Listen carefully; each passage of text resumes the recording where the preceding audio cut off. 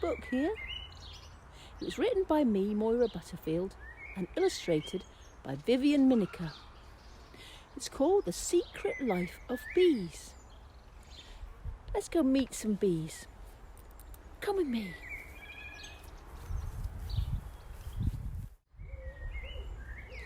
Here's a beehive.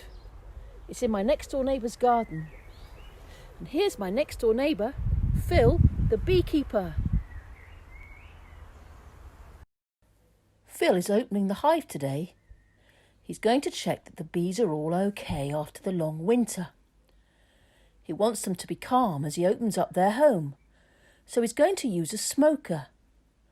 It's a little metal container that has smouldering grass inside to make smoke. He'll puff the smoke around the hive and it will calm the bees. Can you see that the hive is made of different sections, like the floors in an apartment block? Phil will check the separate parts one by one. Inside the hive, there are lots of wooden frames called supers. The bees build wax honeycombs inside the frames. They make honey and store it in the cells of the comb. The queen bee is in charge of the hive, and she lays eggs in some of the cells. They'll hatch into baby bees. In the summer, Phil will take some honey from the hive, but only what the bees can spare. He'll replace it with some sugary syrup for them to eat instead. The bees make plenty of honey, but it's hard work.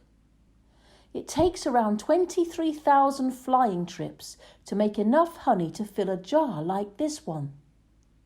On those trips, the bees would need to visit around 2 million flowers to collect the nectar they need.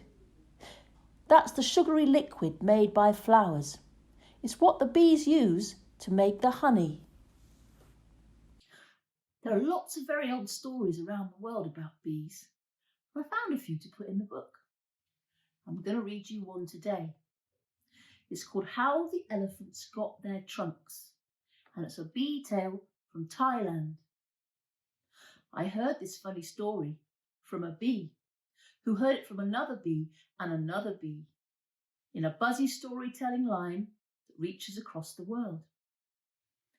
It's an old tale from Thailand about bees nesting in the wrong place.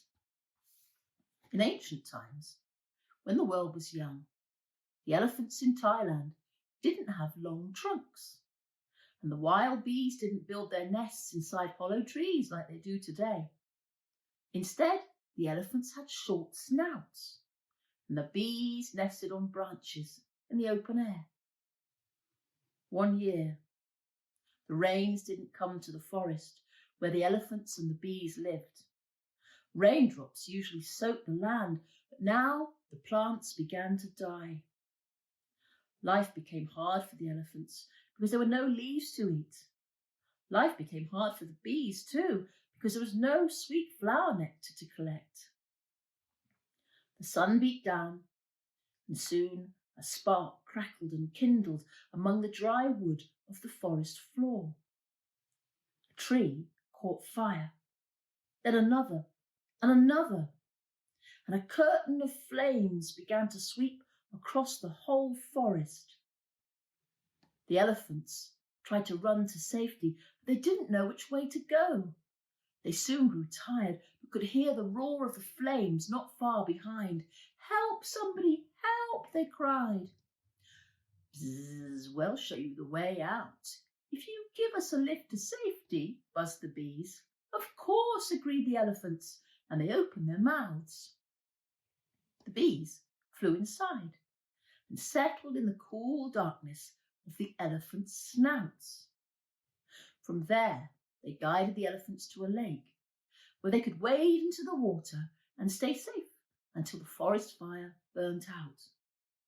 But when it was time for the elephants to return to the land, the bees refused to leave their cozy new home. The elephants trumpeted and blew and trumpeted and blew for hours and hours to get rid of the bees. They did it for so long that their trunks stretched to the size they are today. In the end, the bees did leave, find quieter homes.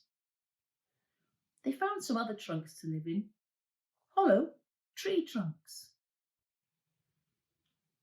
Us bees make the world a sweeter place. So don't forget to plant for us. You grow the seeds, the plants and the trees, and we'll get busy buzzing round to give you back a world of flowers. And some golden honey for your spoon. See you soon.